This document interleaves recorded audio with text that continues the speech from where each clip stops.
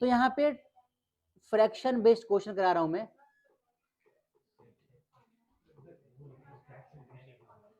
Fraction based question, ये क्या होता है ध्यान से देखो। क्वेश्चन नंबर 9 है हमारा, ठीक है। 9 क्वेश्चन में हमसे क्या बोला है, क्या बोला है, if one is added to each of the two number then they are in the ratio. जहां भी रेशियो या फ्रैक्शन वर्ड यूज कर लेना तो सबसे पहले क्या करना, लेट करना। आपको क्या लेट करना है, the fraction be x by y. बात समझ में आ गई। हमारे पास जो फ्रैक्शन है वो क्या है, एक्स बाई वाई है। अब हमसे बोला है कि फ्रैक्शन के बाद क्या बोला है, if one is added to each. Each मतलब इसको बोलते हैं न्यूमरेटर, इसको बोलते हैं डिनोमिनेटर। दोनों में से किसी एक में, मतलब दोनों में ही करना है। तो लिखो अकॉर्डिंग टू क्वेश्चन, याद रखना क्वेश्चन के अकॉर्डिंग क्या बोला गया है, if one is added to each. Each मतलब कि न्यूमरेटर में भी ऐड करना है, डिनोमिनेटर में भी ऐड करना है। Then the number then they are in the ratio 1:2। मतलब कि अच्छा, देन दे आर मतलब वो इसके इक्वल हो जाएंगे। अगर हमने न्यूमरेटर में x प्लस एक्स अपॉन में y, तो हमारे पास था ही ना, दोनों में क्या प्लस कर दिया, 1 ऐड किया दोनों में, तो हम लिखेंगे +1 तो रेशियो क्या बन जाएगा, 1:2।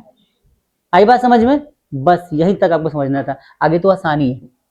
फिर दूसरे क्वेश्चन में आ जाए, दूसरे में क्या आ जाएगा, अकॉर्डिंग टू क्वेश्चन। वहां पे क्या बोला है, इफ 5 इज सब्सट्रैक्टेड, 5 को क्या किया है, सब्सट्रैक्ट, तो x बाई वाई, तो x -5 and y -5 is equal to क्या हो जाएगा, फ्रॉम ईच। अच्छा देखो, फ्रॉम ईच बोला है, मतलब दोनों में से करना है। कई बार ऐसा बोलता है कि from the denominator, from the numerator, तो किसी एक में से करना होगा आपको। बात समझ में आ रही है।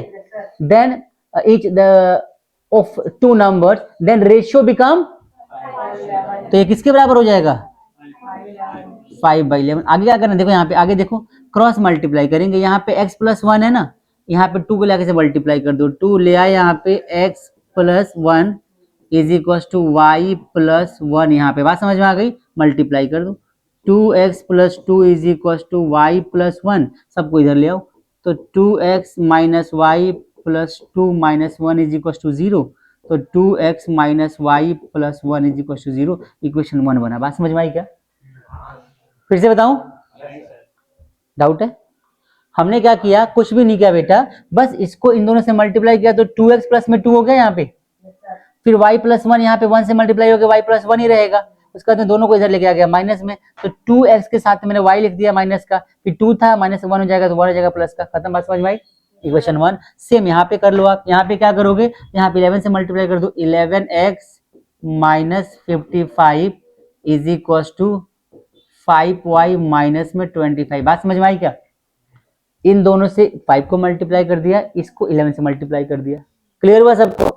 मतलब ये नंबर ऐसे जाके इन दोनों को घेर लिया, मल्टीप्लाई कर दिया, समझ में आया, बस खत्म। अब क्या करना है, इसको उठा के इधर ले आओ, तो 11x - 5y और माइनस में 55 तो यहाँ पर है ही, और प्लस का 25 आ जाएगा, इक्वल टू 0 बचेगा। तो 11x - 5y, तो यहाँ पे देखो ऐसे ही रहेगा, 55 में से प्लस 25 को माइनस कर दो, तो माइनस का क्या बचेगा, 30। इक्वेशन सेकंड बन गया हमारा। अच्छा, पूरा 0 तो लिखना भूल गए हम लोग। इज इक्वल टू क्या होगा, 0, इज इक्वल टू 0, इक्वेशन क्या हो गया हमारा, सेकंड। अब देखो 1 और 2 इक्वेशन मिल गया, अब इन दोनों को आप सॉल्व कर लो, किसी मेथड जो आपको बेस्ट लगे, आंसर आपको मिल जाएगा। ये लेंदी क्वेश्चन होता है, इसलिए 5 मार्क्स का आता है एग्जाम में।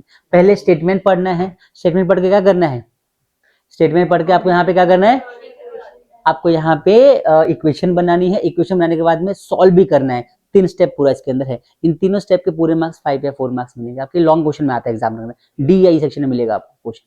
समझ में आया सबको।